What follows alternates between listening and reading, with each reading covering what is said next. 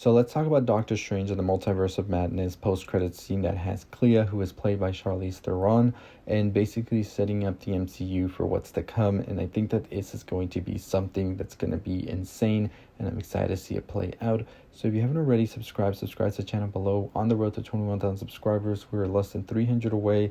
Can we get there this weekend? I hope we can. But make sure you hit that notification bell so when these videos drop, you know they're dropping.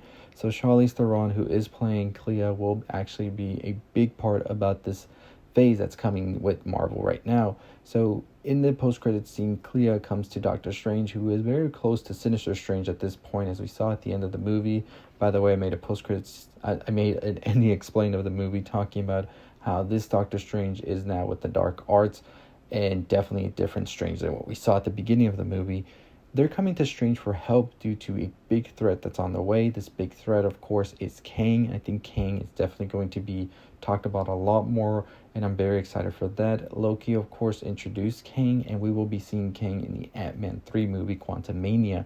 Kang is one of the bigger threats, who is a multiversal, time-traveling, insane monster, who is out there to just pretty much conquer worlds, and that's what Kang's here to do right now. I think that this is going to be a very interesting story to tell, especially different than Thanos, I think, because this deals with so many more layers than Thanos did, and I'm very excited to see how it's all going to play out. So I do believe that Ant-Man 3 is going to take place during the events of Doctor Strange, and by the end of it will end at the same time, and that's the time that we actually see Kang come into place. So I think Kang will definitely be that big bad that we see in phase 4, as it's already been teased. Jonathan Majors is playing Kang, and I think that's such a great choice. So I really love Jonathan Majors in the Loki show, and I'm excited to see a different side of him.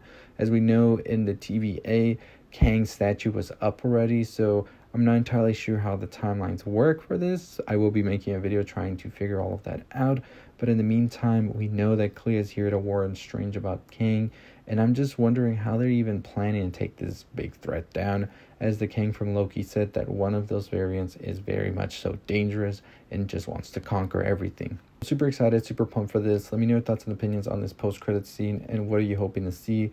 I will make a video talking about Clea's origins, her powers, and just how she will relate to this story being told going forward. So stay tuned for that video this weekend. Turn that notification bell on so you know when it drops. But that's going to do it for me. Let me know what you think about the post-credits scene. Are you excited or not even more?